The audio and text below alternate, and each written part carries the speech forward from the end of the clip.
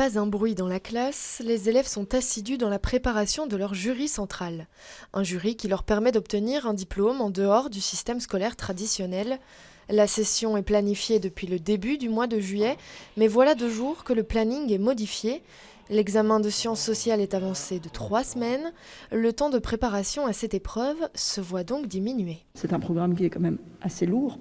À l'origine, on a tout de même 4 périodes par semaine à respecter, en temps normal, je veux dire, sur peut-être entre 3 et 4 mois. Là, on nous demande un peu de presser un petit peu les choses en enlevant 3 semaines de cours.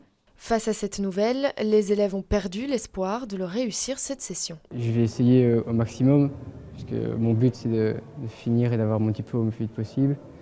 Mais je crois que la session prochaine, je vais devoir le refaire. Ça donne quand même envie de baisser les bras parce qu'on ne sait jamais, on ne sait pas si on va le réussir ou pas, sachant qu'il a été vraiment avancé de beaucoup de jours.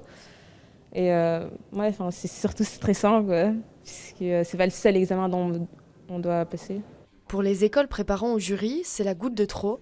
Elles ne se sentent pas respectées et appellent le ministère de l'Enseignement à réagir. Nous attendons 2 choses. D'abord, le fait de remettre l'examen à sa date initialement prévue.